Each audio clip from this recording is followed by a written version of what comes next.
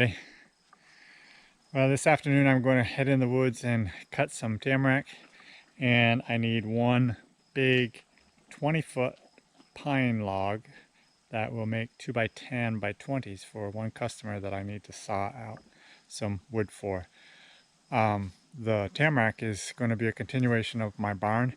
I need to get some more 6x6s made up for posts so I can finish up that barn this fall before winter sets in. So I have to keep working on that because I'm going to be moving to another job working for the state, and I'll be logging the ways from here. So and that's all pine, no tamarack on that job. So I got to get my tamarack down home. I don't need to get sawed up. I at least got to get down there so it's ready to go.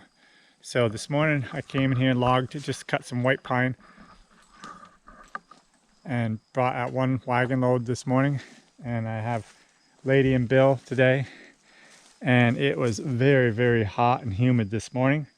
It is still, the truck temperature said 86 degrees, and it's still pretty warm. So fortunately it won't take us too long to do what we need to do. I've actually cut three tamarack trees already down, and with that big pine tree that may almost be enough for a load. If not, I've got another tamarack close by to cut.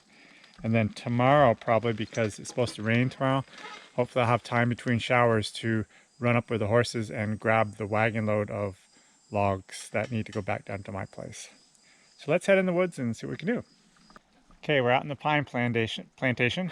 For some of you viewers that are new to my channel, this is land that I own. This is a plantation that's not a very healthy plantation. So I'm actually cutting it quite heavily, but I've talked about that before. I'm not going to talk about that now. But anyways, we're heading in. I am hearing a wheel bearing noise on my wheels on my cart. I'm going to see if you might be able to hear it yourself.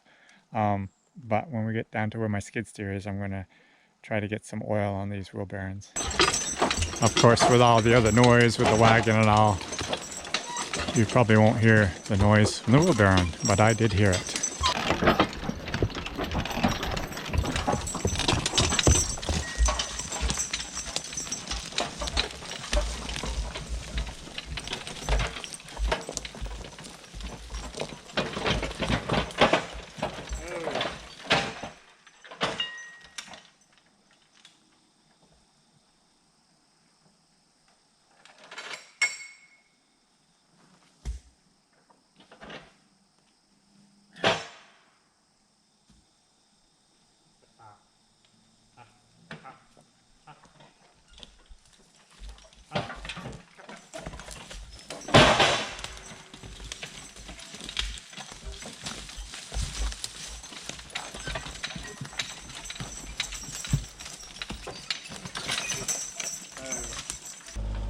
Now this is something I would definitely not suggest you doing if you've got a pair of colts, or if you're new in the horse business. A lot of horses would not tolerate this.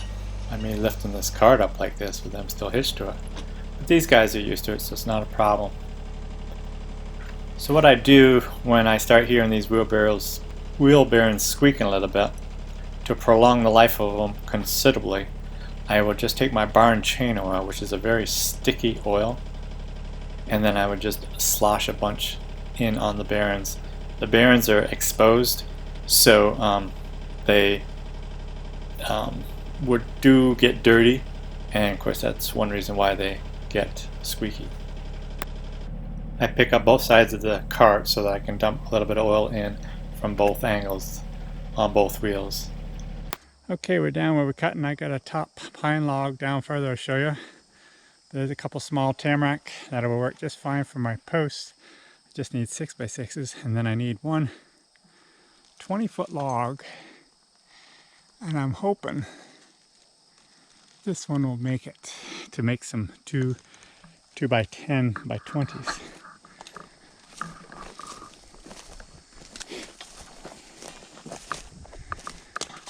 But what we have back here is a top log of a pine, pretty good sized pine I took out this morning, and it's way down in, and I can't hitch too close. It's gonna be a long chain, and because of the situation here, I am going to let the horses go on their own, and we'll see if they can pull it out. Hey, Bill, catch that.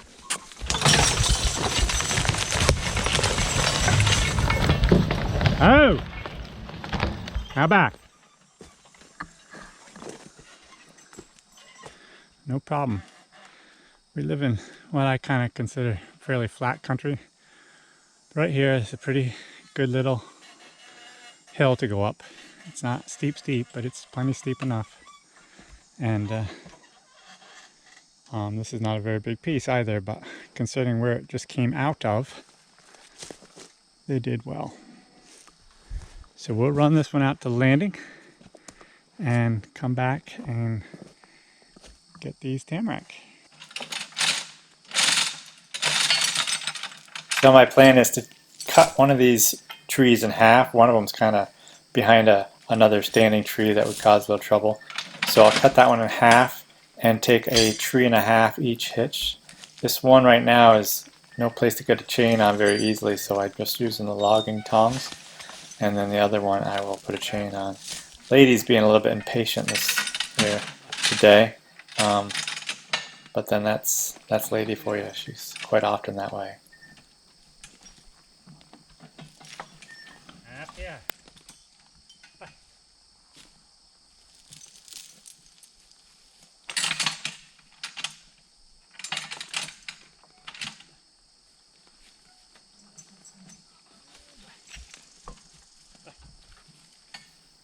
The butt of this log that I'm about to cut has got quite a crook to it, so what I'm going to do is take my tape and measure it, and I will cut an 8-foot butt log off and then just mark it, and then I will continue up through and cut off another 16-foot log off that. So I'll have a 24-foot log for the short piece and then the full length for the other one.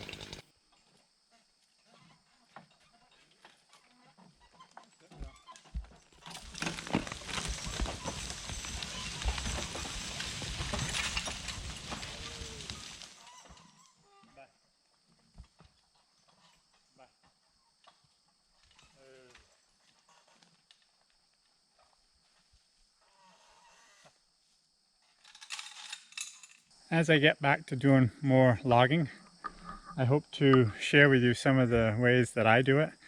And just because it's the way I do it doesn't mean it's the only way to do it, and sometimes it's not even the right way, I suppose, but it's the way that works for me.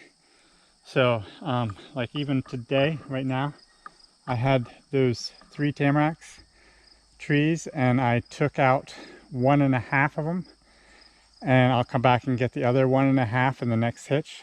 But since I had 2 hitches already, all I did is pulled the horses up to the top of this hill here, and you can see them in the distance up there, and they're just tied up there. I think you can see them.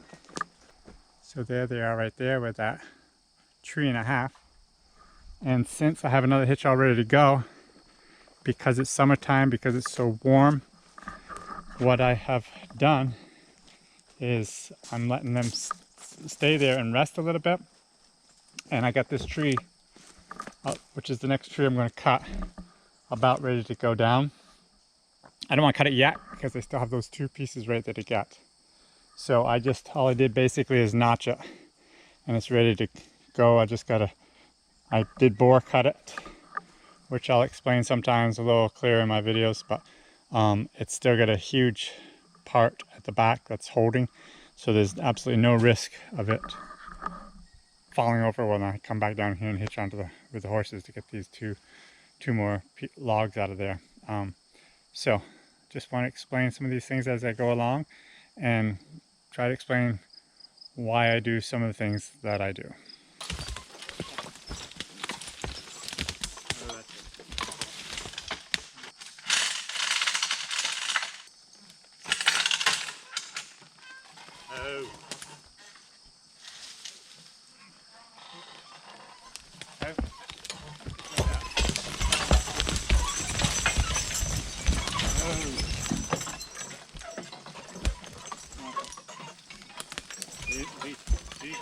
What I'm doing here is I pulled the one piece up next to the other one, and I'm trying to get myself set over so that I'm closer to the other one, and I will hitch that one, and then of course they're both fairly long chains, so I will pull ahead a little ways and then I'll stop and shorten up my chains.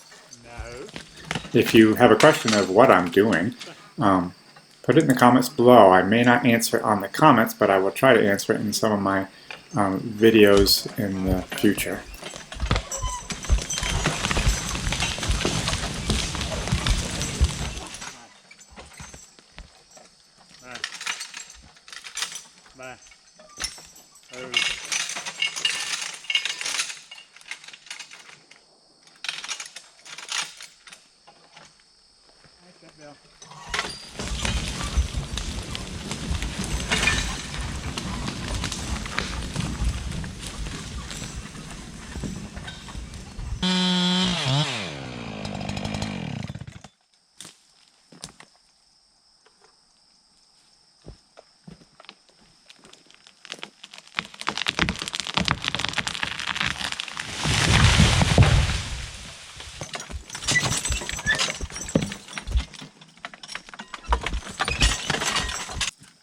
So this is a pretty good sized tree, so I decided to cut it in half.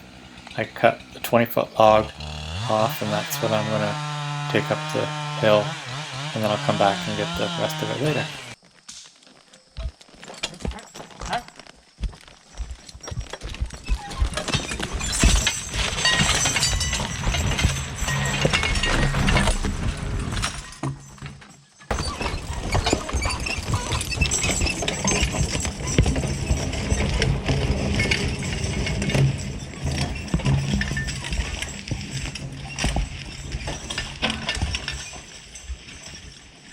Okay, we're all loaded up. Just gotta hitch the horses on and take this up to the landing. And then hopefully tomorrow we'll grab the other cart from down at home and come up here and pull this load down to the sawmill. Good morning, everybody. I am back up in here this morning to pick this load of logs. I decided last night, since it was such a hot day for the horses and they worked fairly hard, I decided to just leave the wagon right in the woods. And so that's what I did. And I have come all the way in with the horses, and it's about a half a mile out to the landing, and then probably close to 2 miles from there down home. We knew it was supposed to rain today, and I was kind of hoping I could get this done without getting rained on. I was kind of waiting for that right moment when there'd be a little bit of time. Well, I didn't time it that great because it's raining right now.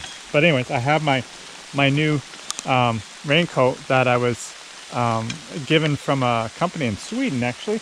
And I told you about this a while ago. And so I just wanted to tell you again how much I enjoy this raincoat, and I thank you guys from Sweden. The company, I don't remember the name of it.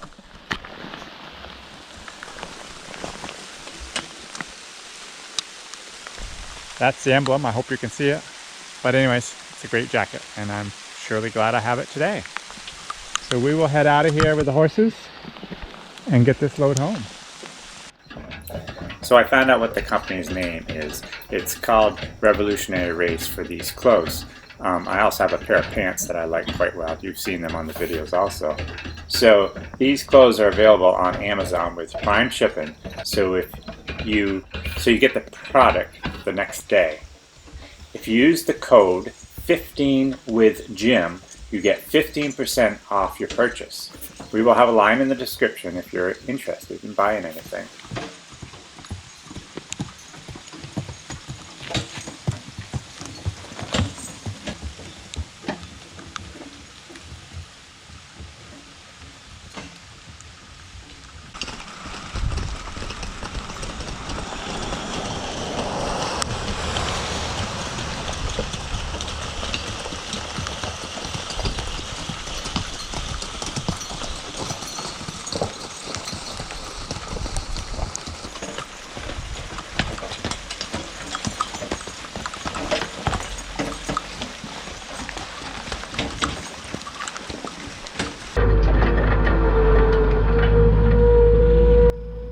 So now that we've got these logs cut and skidded and loaded onto the wagon and brought home, now we got to get them unloaded, and we will take this 20-foot pine log into the sawmill and make some 2x10s for this one customer of mine.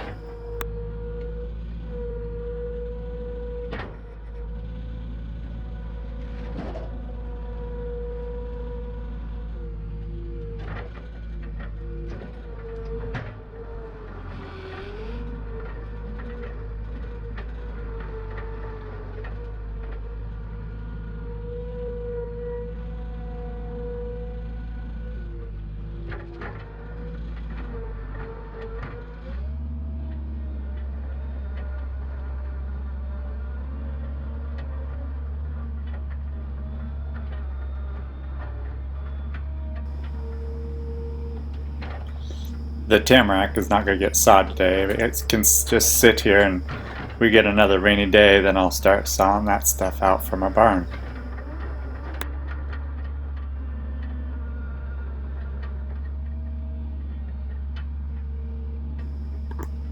This pine is quite a heavy piece of wood. My skid steer here at home handled it no problem at all, but my skid steer up in the woods is a smaller machine, and I couldn't lift the thing up. I had to put it up on one end at a time. My opening into my sawmill building is 18 feet wide, so I also have to jockey these 20-footers around to get them into place and get them between the 18-foot opening. Luckily, with the maneuverability of a skid steer, I am able to do that.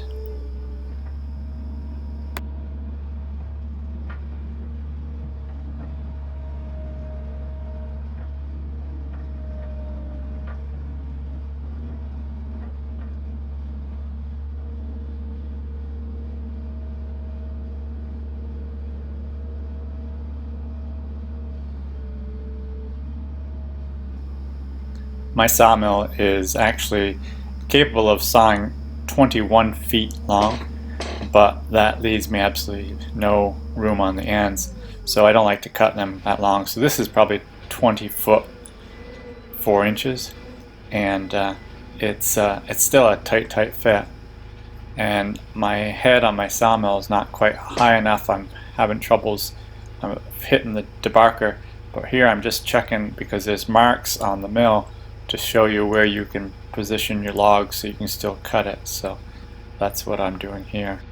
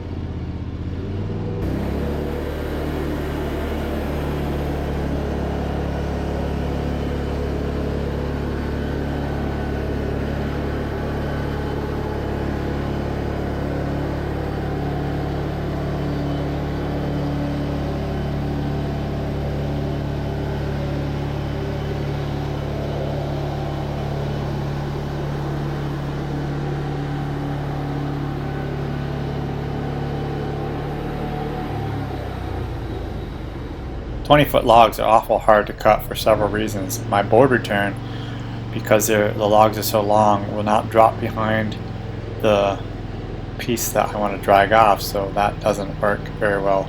So I have to pull it off by hand. Sometimes I just pull it part way and then I still use the board return. But also, all these pieces that are 20 feet long, they need to be cut in half, whether they're the slab wood piece or the boards themselves, unless I'm making 20-foot wood.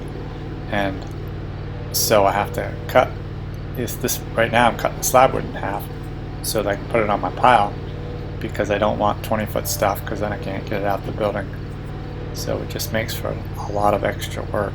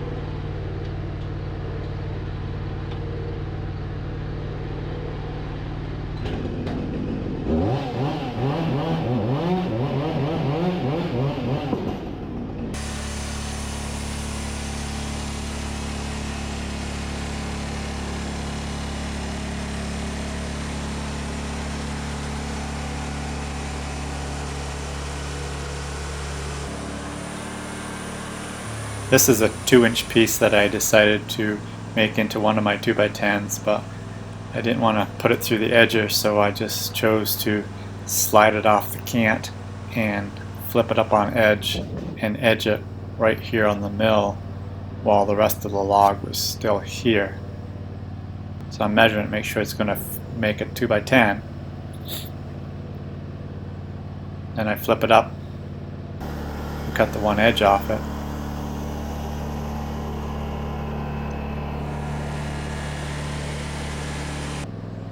And then I flip it over and cut the other edge off it.